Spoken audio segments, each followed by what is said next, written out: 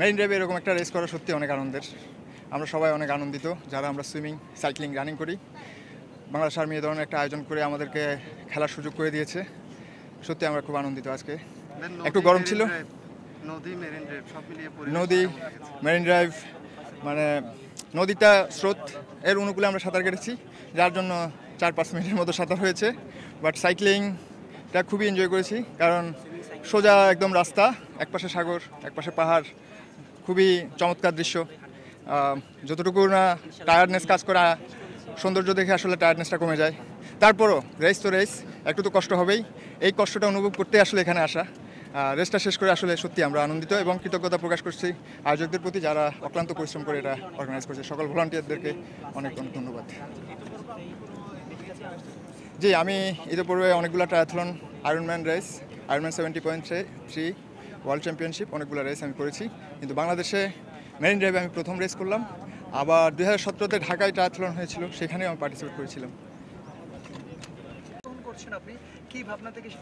আসলে কখনো ফার্স্ট হব বলে কখনোই খেলি না। খেলাটা হচ্ছে নিজের সাথে, নিজের বেস্ট রিপোর্টটা দেবো, নিজের বেস্টটা করব, এটাই হচ্ছে খেলা। যদি আমার বেস্টটা করে একটা রেজাল্ট চলে আসে, সেটা ডিফারেন্ট কেস। সো আমি রিয়েলি হ্যাপি যে আমার একটা পার্সোনাল বেস্ট রেস, আবার এটার প্রথম হওয়া সত্যি আনন্দের, সত্যি ভালো লাগতেছে।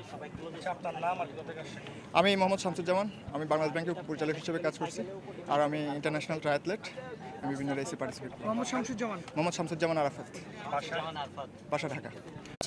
রিসেন্টলি গত 26 তারিখে নেপালে south Asian game, Asian triathlon championship এবং সাউথ এশিয়ান গেমসে আমি পার্টিসিপেট করছি বাংলাদেশের পক্ষ থেকে। আমি এবং যে সেকেন্ড হয়েছে সে গেছিলাম।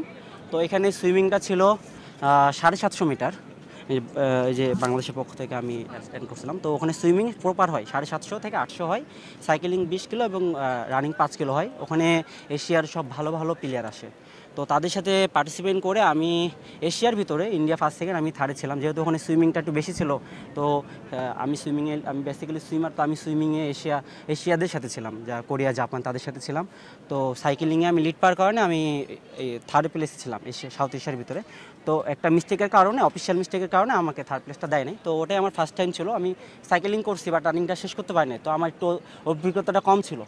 তো এই অভিজ্ঞতাটা আমি এখানে রানিংয়ের মাধ্যমে শেষ করছি এবং বুঝতে পারছি যে অনেক ইন্ডোরেন্স দরকার এবং প্র্যাকটিস দরকার। আর বেসিক্যালি এটা সাইকেলের উপর ডিপেন্ড করে, যার যত ভালো সাইকেল, দামি সাইকেল, যেমন আরাফাত ভাই সাইকেল হচ্ছে বেস্ট অফ দ্য বেস্ট এখানে। আর আমাদেরটা হচ্ছে আমরা ধার করে আনছি, যেহেতু আমরা প্রফেশনাল না। ইনশাল্লাহ নেক্সট টাইম আমরা ভালো সাইকেল নিয়ে আসবো এবং ফাইট দিয়ে চ্যাম্পিয়ন নিয়ে ছিনিয়ে নেওয়ার চেষ্টা করবো ইনশাল্লাহ। আমার নাম ফয়সাল আহমেদ, আমি সেনা ক্রীড়া নিয়ন্ত্রণ বোর্ড বাংলাদেশ সেনাবাহিনীর একজন সদস্য। আমি বাংলাদেশকে রিপ্রেজেন্ট করব আয়রনম্যান 70.3 ফুল। তো আমার ইচ্ছা আছে আমি আমার এইজ ক্যাটাগরিতে চ্যাম্পিয়ন হব, বিশ্ব সেরার মধ্যে একজন হতে চাই।